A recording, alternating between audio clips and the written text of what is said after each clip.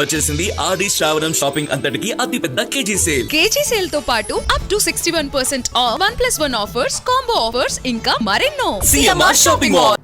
ఇదొక ప్రభుత్వమా? ఈ ముఖ్యమంత్రి ఒక్కటైన హామీ అమలు చేసిండా? అంతా మోసమే. రైతు బంధు లేదు, రైతు బీమా లేదు, బోనస్ లేదు, ఏమీ లేదు. ఈ సీఎంకు పని చేతనైతదా? మళ్ళా వచ్చేది కేసీఆరే. ఈసారి గనక కాంగ్రెస్ పార్టీకి ఓటేస్తే మా చెప్పుతో మేం కొట్టుకున్నట్టే. రేవంత్ పాలనలో దగాపడ్డ ఓ అన్నదాత ఆవేదన ఇది. అసలు ఎస్టు ఈ రాజ్యమే ఎస్టు. ఎందుకంటే ఏంది అన్ని హామీలు ఇచ్చిన ఒక్క హామీ కూడా కాలే. ఏం కాలేదబ్బా, వృత్తి పన్ను ఏం లేదు.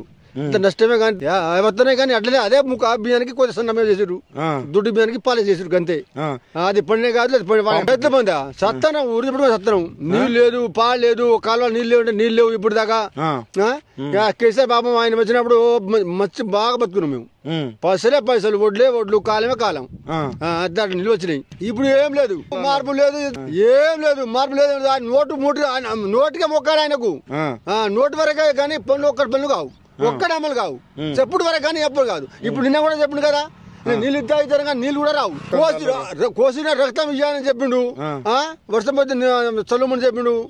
పొలానికి కాసిన కూలిపోలే, ఏం కూలిపోలే. ఒక 2 పిల్లలు కోసం పొంగినాయి. ఏం కాదు అది. అప్పుడు ఎట్లా వచ్చినాయి నీళ్ళు? ఆయన వచ్చిన పొంగినప్పుడు నీళ్ళు ఎట్లా వచ్చినాయి, ఇప్పుడు ఎట్లా వస్తలేవు నీళ్ళు అని మేము. అదే సంగతి. ఆయన ఏం లేదు కానీ ఒక్క పని అప్పుడు కాదబ్బా, ఒక్క పని కాదు. ఇవి కోతలు అయిపోయింది, మొత్తం పోయినాయి.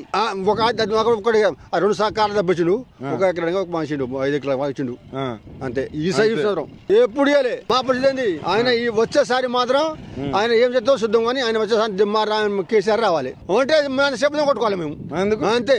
ఎందుకు ఆయన ఓటు అయితే శబ్దం కొట్టుకోవాలి మేము కొట్టుకోవాలి. ఇక ఇంకా సిగ్గులో కూడా ఇంటి రాగని చెప్పిన రాకు ఇంటి రావద్దని చెప్పిన చెప్పించాడా ఆ డూప్లికేటా పోయితే చెప్పిండు. ఏదో ఏమారో చెప్పిండు.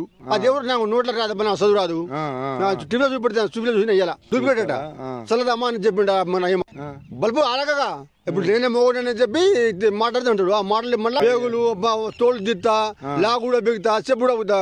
మన ఆయన కూడా బిగుతాడు. కొత్త ఆగరాదు. ఒక 2 సార్లు ఉంది. 2 సార్లు కథ. మళ్ళీ ఆయన నేను చచ్చిపోతా, ఆయన గెలిస్తే నేను చచ్చిపోతా, నేనే చెప్తా ఆయన గెలిస్తే. అంతే ధీమా బా. అది కొట్లు చేస్తున్నాం మేమైతే. మొక్కదా ఇప్పుడు ఆ పైసలు రాలే, కొంతమంది ఇక్కడ రాలే. ఇక ఎత్తారు. నాకు నేను వేయలేని పాప కానీ ఈ సినిమాలు సగం మందికి రాలే ఇంకా రాలే.